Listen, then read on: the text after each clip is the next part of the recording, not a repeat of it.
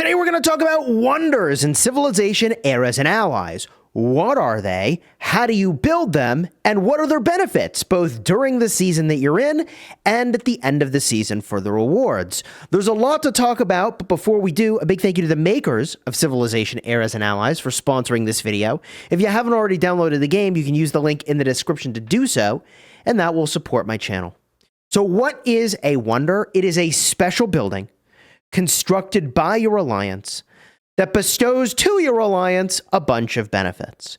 In fact, you can't just go and build any old wonder you want. There's a bunch of requirements that must be fulfilled in order to create one of these great wonders. And yes, there can only be one of a wonder constructed at a time. Once it's built and you're the first one to it, that's that, okay? Nobody else can get it unless they go capture it. So let's take a step back here, all right? Now, I mentioned that wonders unlock, I believe I mentioned this, based on milestones. If you're wondering what that means, you can head on over to the menu over here. You can go to milestones, and different wonders unlock based on the milestone progression of the season you're in.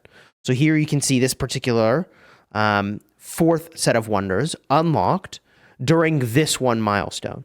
So your season will progress in Civilization Eras and Allies, and as you do, more and more wonders will become available. Now, when your alliance wants to go build a wonder, and you do have to do this with your alliance, it will need to be built on a city-state's territory. Here's the city-state, no wonders here, but if I zoom all the way out, we actually can see where the wonders are based on these little icons. Oh, I zoomed all the way in. Misclick. These little icons, right over there. That is a wonder icon. So I can zoom all the way in, and there you can see. Hey, would you check that out? One of the great wonders. There it is. So it's built adjoining or adjoining your city-states, one of them that you own. Now, your alliance, as it builds a wonder, can only build one wonder at a time. To do this, you're going to complete quests. You can see here now that we're working on Oxford University. You can see other alliances are progressing toward this objective as well. Okay, one other alliance is. We're 20% done. They're 14% done. So every day, members of your alliance can complete wonder quests to get wonder points. You can see when those quests reset. You can see some tiered rewards based on contribution. I've completed 4 quests toward this wonder. You can see the construction progress listed up top, all right? And this is actually describing what this particular wonder will go and do, okay? Now, I suppose that bottom section is a generic section about wonders, but don't worry, I'll walk you through all this. You can see here, wonder quests are available. We don't need to go into the detail exactly on these wonder quests, but there are a variety to choose from here. They're of different rarity. In fact, once construction on a wonder is underway, Alliance members can complete the wonder quest from the wonder quest screen. Wonder quests will auto-submit upon completion. There's a 30% chance of obtaining 1.2x honor when completing or collecting honor rewards. The quests refresh at fixed intervals and will reset at the end of the refresh countdown. Wonder quests come in different qualities. We showed you that. And Alliance members must have been in the Alliance for 24 hours or longer to participate. Alliance members' construction points and their number of completed quests can be viewed in the merit screen, and complete wonder quests to accumulate collaboration, progress, and claim a reward once it reaches certain levels. Sweet. So we did cover everything there. Yep. So you grab the quest, you do what's required of you, and that's how you build your progress, all right? So we're currently 20% of the way done with this wonder, and if we are not first, then we can no longer build the wonder. You got to win the race to build the wonder, which reminds me of OG Civilization, which in a way I really like. This is a global race across everyone in your server, and you only get a partial refund of the materials spent if you lose the race. You got to win, man. You got to win, all right? Now, after you complete a wonder, There's actually a 48-hour cooldown before you can start your next wonder. And wonders boost the prosperity and increase the alliance member cap as well. Up to 20 additional members can be added to your alliance, member slots, okay? You can see we're up from 200 to 220 because we have more than 4 wonders, but you can only get 20 bonus member slots in total from wonders. So +5 per wonder, 20 in total. Now, I mentioned that you have to build your wonder at a city-state. If the city-state that the wonder is built on is captured, then the enemy would gain control of that wonder and all its bonuses. Savage. Savage. So just because you build it, you got to keep it, okay? And if a player gets vassaled, which we'll cover in another video, basically if a player gets conquered, you'll lose access to your alliance's wonder bonuses when that happens. So this becomes really critical in the end game, especially after Babylon Falls. To unlock your end of season rewards, you need to have wonders. So like everybody is going to try to take the wonders.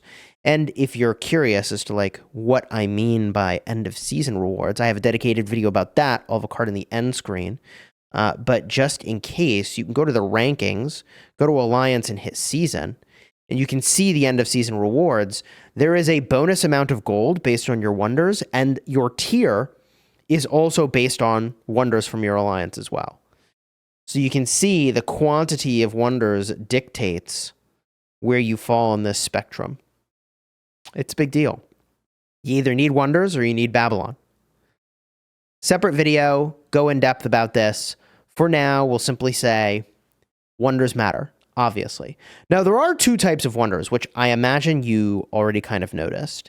If I make my way back to the Alliance screen, and I go on over to the wonders, which is in the upper right, you can see the 2 colors for the wonders, right? There's standard wonders, which are useful but not game-breaking. And there's 8 great wonders in orange, the great wonders. These are pretty major, okay? They have incredible bonuses. Let's talk about the 8 wonders that are in the first season anyways, and give a quick overview of kind of what they do. And a little bit of commentary on why they're powerful, all right? So we'll start up top with the pyramids. Alliance members may build a Sphinx to increase their tech yield of adjacent tiles by 50%. Civilization's unique effect is that while playing as Egypt, the Sphinx also affects other adjacent resource tiles and increases their resource yield by 50%. I mean, obviously 50% more insight is amazing, and I believe you get 3 Sphinxes you can build. Like each member of the alliance has 3 Sphinxes they can build. So depending on how clustered some of these tiles are for your tech, whew, I mean, it's a pretty slick benefit there. We head on over to the Hanging Gardens. We hang on over this guy. So your alliance can choose one of these boosts. You can only run that boost after a certain amount of cooldown has happened. But when you run the boost, you get the benefit for 4 hours. So some examples include Ironstone or Food boost, a Ruins boost, which is really kind of nutty. Solid overall can only be activated by an R4 or an R5. And again, it's got a pretty critical cooldown before it can be used again. Which brings us to the Terracotta Army. The Terracotta Army lets Alliance members use unique units before the Renaissance era 1 additional time. And if you're using the Chinese civilization, the unique units before the Renaissance era increase siege growth by 0.5, and Alliance members can use the unique unit, the Terracotta Warrior. But if you switch off the civilization, you're going to lose the bonus. So you got to keep that in mind. To get that nice little bonus, you got to keep the Civ. All right. Up next is the Temple of Artemis.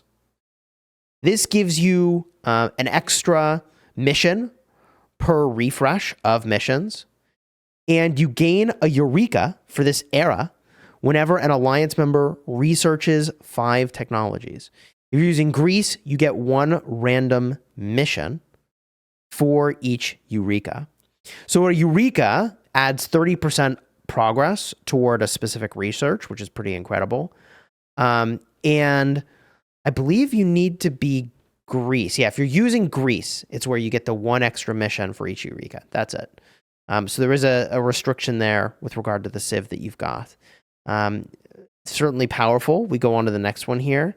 Let's go to the Library of Alexandria. This is arguably the best, if not one of the best wonders in the first season, and it's critical in the end game.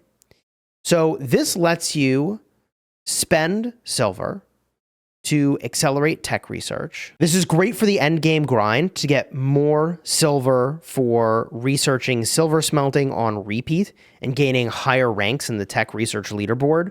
And by gaining more silver, you recruit more heroes to burn for XP in the next season. I covered that in the video that I'll have in the end screen about what to do at the end of the season and end of season rewards. All right. There's a limited number of times you can do this per day. I'm kind of blocking that. There's only 5 attempts per day on this one. So this one is one of the better wonders, at least in the end game and setting up for the next season. All right. The next wonder, I don't know how to pronounce this. I probably should have Googled it. So we'll just go with Huey. It's probably not how it's pronounced. That's a little embarrassing. I don't know what this is. But whatever. Skill XP earned by Alliance members when converting heroes increases your progress. All members will receive a one-time XP reward when completed. It's going to scale with your Alliance level. Your progress will be reset if it's captured. You can only claim these rewards 24 hours after joining an Alliance. I suppose the way to look at this is like a skill XP engine, right? Like the more people are earning skill XP, the more this will progress, and then you get some skill XP for doing it. Which brings us to wonder number 7, Big Ben. So when you complete tax missions, you build up the progress bar, and when it's full, you can toll the bell for a yield boost and a gold reward after the bell stops. Only Alliance leaders can toll the bell or ring the bell, right? So this is giving you a little bit of a gold engine. It's not a ton of gold, but it's always nice to get more gold, truth be told. Rhyming not intended here. Each time Alliance members complete a tax mission, the progress bar increases. Alliance bar is full. You can start accumulating bell tolls. Only authorized Alliance members can toll the bell. While the bell's tolling, Alliance members receive increased yield on tiles and building bonuses. After the bell stops tolling, Alliance members will receive a gold reward. Yep, there it is. Last but not least, Oxford University, which is what we're constructing right now. This instantly grants 3 random industrial area Eurekas, which adds 30% progress towards tech research that you haven't started yet. And if a player has fewer than 3 locked industrial era Eurekas, they will only obtain the ones that they have remaining. It also gives you 10,000 insight, which is kind of nice. And the effect is only usable once per era. If you did capture this wonder from somebody else, its effects only become available the next day, for what it's worth. All right. So there are also standard wonders that are worth mentioning, but this video is going to be very long if we go into all the details. So we'll flip through these really, really quickly. Stonehenge gives you a yield of iron, stone, and food.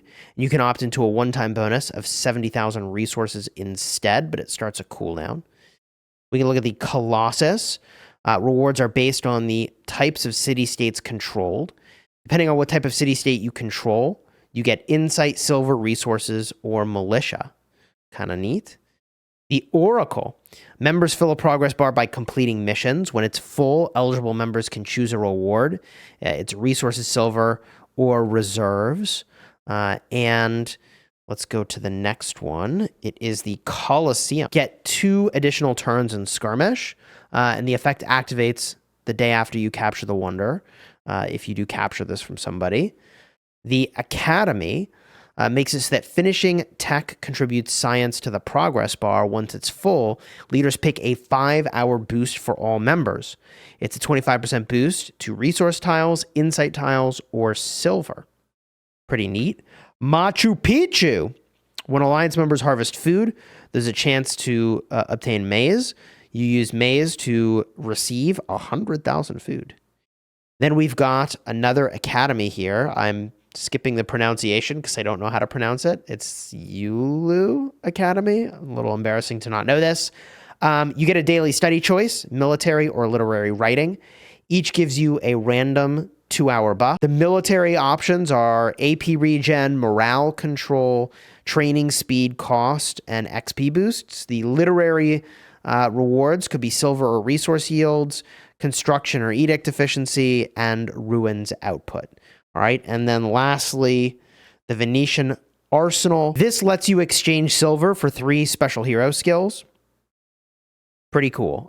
Overall, wonders are obviously super strategic on your journey, and there's only so many that you can build. So your alliance is going to have to pick and choose its battles.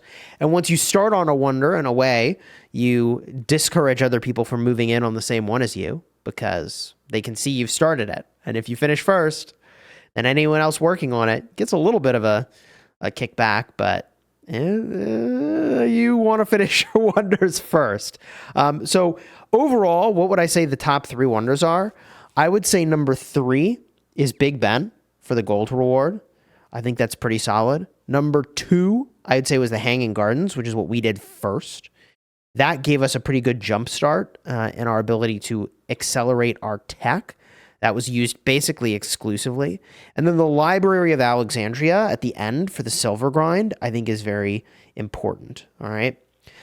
Besides their benefits, obviously capturing the wonders contributes to your end of season rewards, which we talked about. But you have to hold them at the end of the season, because if an enemy takes them, GG, man. All your hard work snatched by the enemy. That said, go snatch them from your enemies for great value and end of season rewards. All right. You enjoyed the vid, throw a like on here, subscribe. Big thank you to the makers of Civilization Heirs and Allies for sponsoring this video. Check the card in the end screen if you want to see my end of season guide. What happens? What's reset? That video will help you out.